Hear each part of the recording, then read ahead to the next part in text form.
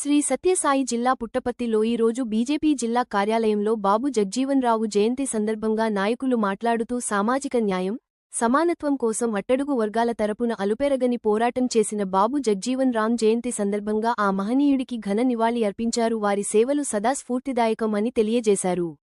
ఈ కార్యక్రమంలో పట్టణ అధ్యక్షులు కళ్యాణ్ కుమార్, రాష్ట్ర కల్లుగీత ఫెడరేషన్ కన్వీనర్ హరికృష్ణ గౌడ్, జిల్లా ఉపాధ్యక్షుడు కొండమరాజు, జిల్లా ప్రధాన కార్యదర్శి కత్తి రాజారెడ్డి, జిల్లా మీడియా కన్వీనర్ జ్యోతి ప్రసాద్, రాష్ట్ర కౌన్సిల్ మెంబర్ సునీల్ వైట్ల, జిల్లా ధార్మిక సెల్ కన్వీనర్ బాలగంగాధర్, సీనియర్ నాయకులు నారాయణస్వామి, సోకే రామాంజనేయులు, నారాయణ రమేష్ బాబు, నారాయణ లక్ష్మీనారాయణ నాయక్, కార్యాలయం ఇన్ఛార్జీ భాస్కర్, వీహెచ్పీ నాయకులు నాగార్జున శెట్టి తదితరులు పాల్గొన్నారు. జయంతి సందర్భంగా అతనికి ఈరోజు మనము స్మరించుకుంటూ ఇక్కడ హాజరైనాము. జగ్జీవన్ రామ్ గారు 1908 సంవత్సరం ఏప్రిల్ 5వ తేదీ బీహార్లో జన్మించారు. వారు స్వాతంత్ర సమరయోధులు.